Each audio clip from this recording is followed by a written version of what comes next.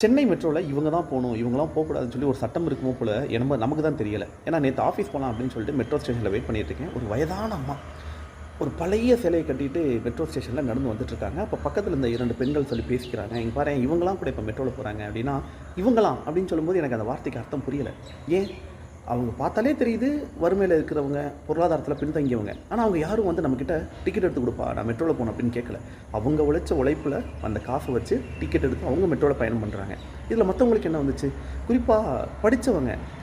அவங்க இதெல்லாம் சொல்லும்போது எனக்கு இத கேட்கும்போது, என்னடா இன்னமும் நம்ம இந்த வார்த்தைகள்லாம் பயன்படுத்திட்டு இருக்கோமா? 78வது சுதந்திரத்த நம்ம கொண்டாடிட்டு இருக்கோம். ஆனா இன்னமும் இந்த வார்த்தைகள்லாம் ஒழிக்கப்படலையே! அப்படிங்கும்போது, அப்போ ஒழிக்கப்பட வேண்டியது வந்து சாதிகள் மட்டுமல்ல, இந்த மாதிரியான சமுதாயத்தில் இருக்கக்கூடிய வார்த்தைகளும் கூட. இது இளைஞர்களால் மட்டுமே முடியும். இது எப்போ மாறும்?